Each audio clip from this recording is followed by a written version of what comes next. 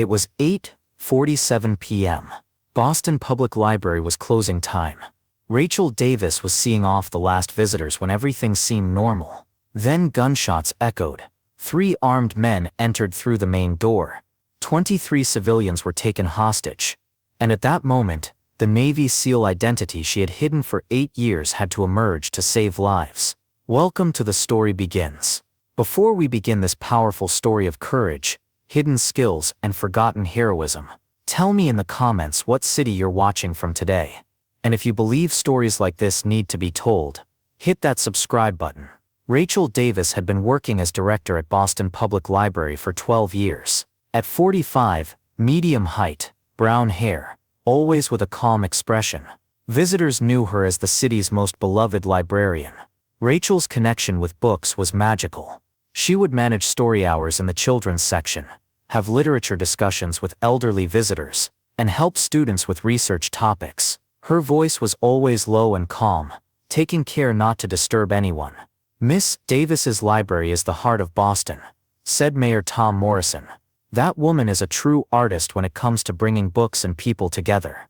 Rachel's daily routine was always the same. She would open the library at 8 a.m., hold staff meetings, check new book orders, attend to visitors individually, and close at 9 p.m. She often came on weekends too, organizing special events. Other librarians watched Rachel with admiration. Emma Rodriguez, the young librarian, wondered how she stayed so organized. Even on the busiest days, Rachel's stress never showed. She kept everything under control. "Rachel, you were really born for this job," Emma would say. "I've never seen such a calm librarian." Rachel would smile and say, "I just love order," but there was something she didn't tell. She never explained where this discipline came from. Nobody knew much about Rachel's personal life. She was single, lived alone, mentioned that she exercised, but didn't give details. All they knew was that she was a perfect librarian. James Patterson, security guard, had known Rachel for 5 years. He was an experienced retired police officer, good at reading people, but sometimes he noticed strange things about Rachel. Rachel's movements were very disciplined, not just with books but with everything. The system she used when organizing the library, her reflexes in emergencies, her physical condition. Rachel James had asked one day, "Have you worked in the security sector before?" Rachel had stopped, thought for a moment. "Why do you ask?" "I don't know sometimes. It seems like you have very different training." Rachel had smiled and changed the subject. "We all have a past, James. What matters is what we do now." That Friday evening changed everything.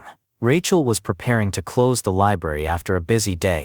At 8:30 p.m., she was dealing with the last visitors, shutting down computers, activating the security system. Few people remained in the library.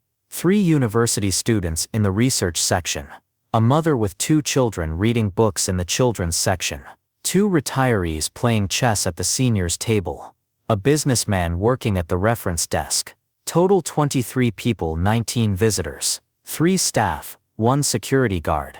As Rachel was doing final checks, everything was normal, quiet, peaceful, warm library atmosphere. At 8:47 p.m., 3 men entered through the main door. Their clothes were ordinary, but Rachel immediately noticed their movement patterns, eye contacts, body language. These weren't normal visitors. "Sorry, we're closing," Rachel said politely. "We open at 8 tomorrow morning." The first man approached Rachel, pulled out a gun from under his jacket. Nobody move. Panic started in the library. Screams, rushing around, panic to escape. The second and third men also drew their weapons, controlling the exits. They moved professionally. Everyone on the ground, hands behind your heads. Alarm bells started ringing in Rachel's brain. This wasn't an ordinary robbery. Too organized, too professional. As Rachel lay on the ground, her mind was working rapidly. 3 armed individuals, probably automatic weapons, exits under control. 23 civilian hostages. Under normal circumstances, Rachel would panic. But at that moment, a different system activated in her brain. The system given by 8 years of Navy SEAL training. Threat assessment. 3 hostiles, armed, coordinated. Civilian casualties high probability. Venue assessment. Boston Public Library. 3 floors, multiple exits, cover opportunities. Personnel assessment. 23 non-combatants, 1 security armed, 1 former operator herself. Mission objective. Minimize casualties, neutralize threats. Phones here, shouted the first man. Nobody will communicate with the outside. As Rachel handed over her phone, she made eye contact with James. The security guard was an experienced police officer. He understood the seriousness of the situation, but his weapon was in his bag. He couldn't reach it from his position. You. The first man pointed at Rachel. Are you the director here? Yes. Good. You'll open the safe. We'll collect all valuables. Rachel nodded, but different plans were forming in her mind. These men's real purpose wasn't money. Their movement patterns, coordination, equipment. These were professional criminals. Emma. She whispered to the young librarian beside her. Stay calm. Everything will be okay. Emma was crying. Rachel, what are we going to do? Trust me. That's when Rachel Davis, library director, gave way to Petty Officer Rachel Davis. As Rachel stood up, her movements had changed. She was no longer a frightened librarian, but like an operator making tactical assessment. Safe is on the 2nd floor, she said in a calm voice. Keys are in my office. Show us. As Rachel led the first man to the 2nd floor, she was calculating the route mentally. 2nd floor layout, cover points, possible weapons, escape routes. In her office, while giving the safe keys, there's not much money here, just daily revenue. Money isn't important, the man said. We're looking for something else. Rachel's suspicions were confirmed. This wasn't robbery. It was another operation. What are you looking for?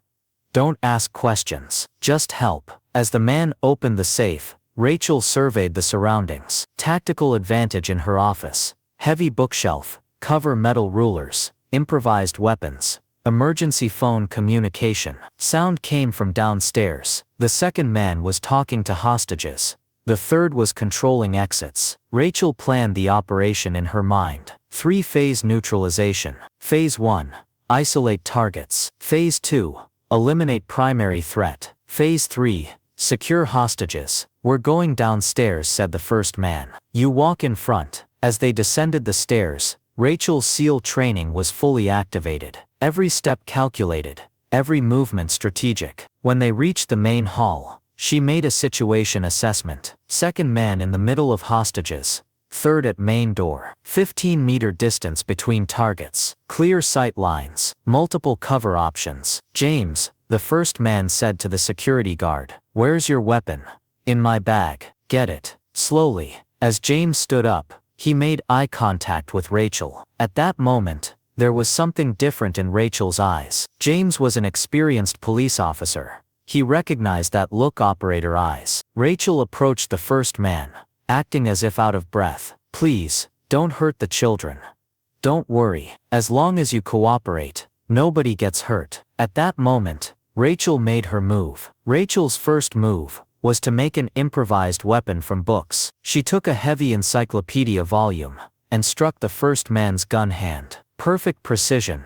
Disarming strike. The gun fell to the ground. She had calculated that the second man would turn. Rolling cover behind reference desk. Gun, gun, gun, she shouted to James. The security guard immediately drew his weapon from his bag. As the second man aimed at Rachel, James shot him. Clean shot, shoulder wound, non-lethal but effective. The third man was running from the main door. Rachel emerged from behind the desk. Perfect timing. Low sweep kick, brought the man down, took his weapon. Total time, 47 seconds. 3 armed men neutralized. No civilians injured. The hostage crisis was over. As police sirens approached, Rachel was trying to calm down from the adrenaline rush. For the first time in 8 years, she had entered combat mode. Emma ran to her. Rachel, how did you? James also approached, admiration in his eyes. Miss Davis, who are you? Rachel took a deep breath. Petty Officer, Rachel Davis, U.S. Navy SEALs, 2006 to 2014. Silence fell. Everyone in the library was looking at Rachel. Navy SEALs? Asked Emma in amazement. 8 years active duty. Underwater demolition specialist. 47 operations. Detective Mike Sullivan from Boston Police Department came. Ma'am, professional law enforcement couldn't have executed that maneuver. SEAL training is never lost. James nodded. Now I understand. That look, that discipline, that composure. But why? Emma asked. Why did you become a librarian? Rachel answered while seeing the hostages were safe. Because I fought for 8 years, by force, underwater, behind enemy lines. Now I wanted to fight in peace. 2 hours later, crime scene investigation was completed. All 23 hostages had undergone health checks. None were injured. Rachel was sitting on the bench in front of the library. Emma came beside her. Rachel, what I saw tonight was incredible. Emma, I'm the same Rachel. I just have different skills. But why did you never mention it? Rachel thought, because the past should stay in the past. I'm no longer Petty Officer Rachel. I'm Librarian Rachel. Detective Sullivan joined the conversation. Ma'am, FBI wants you as a consultant. I'm a librarian. You're much more than that. You proved it tonight. Rachel smiled. Detective, I just tried to protect book lovers. That doesn't require a special title. James came. Rachel, may I ask for the report? How did you plan this operation? I didn't plan. Training kicked in. What kind of training? Close quarters combat, hostage rescue, tactical neutralization. James took notes. These skills aren't taught in library school. No, they're taught in Coronado Navy SEAL Training Center. 3 weeks later, the library had returned to normal. Rachel's story had appeared in local news, but she had avoided media since she didn't want publicity. Emma asked one day, Rachel, do you miss military life? Rachel answered while checking new book orders. Emma, I'm still in military life. Only the enemy has changed. Enemy? Ignorance, lack of knowledge, lack of culture. I'm fighting against these. I just use books instead of weapons now. James interrupted. Rachel, the leadership you showed that night, it's very valuable for this library. I just did my job. No, Rachel, you acted like a hero. Rachel stopped. Thought James. I'm not a hero. I just serve. I used to serve my country. Now I serve knowledge. That evening, when Rachel went home, she looked at herself in the mirror. She had hidden SEAL Rachel for 12 years, but that night they had united. Petty Officer Rachel Davis and Librarian Rachel Davis were actually the same person, both protected, just different things. And the next day when she came to the library, Emma asked her, Rachel, if such a crisis happens again, are you ready? Rachel answered while arranging books on shelves. Emma, once a SEAL, always a SEAL. I'm always ready. Emma smiled. Now she knew Rachel wasn't just a librarian. She was Boston Public Library's secret guardian, a military angel of knowledge and peace. And from that day on, in every security concern at the library, everyone said the same thing. Call Rachel. Because some people can be both gentle and strong, both calm and brave. Rachel Davis was exactly that kind of person. A librarian who dealt with books during the day, a warrior who protected them at night. But for her, the biggest battle was making people love knowledge, because knowledge was the most powerful weapon. So now I ask you, have you ever met someone like this? Someone who's a teacher during the day, a protector at night? Write their names in the comments, because at The Story Begins, we believe in giving voice to the stories they carry quietly. If this story touched you, subscribe and help these stories live on. And remember, sometimes the greatest warriors are those who appear the calmest, and true heroes fight not only on battlefields, but also in libraries. People like Rachel Davis remind us, protecting is a choice. It's not what you protect that matters, but how you protect it.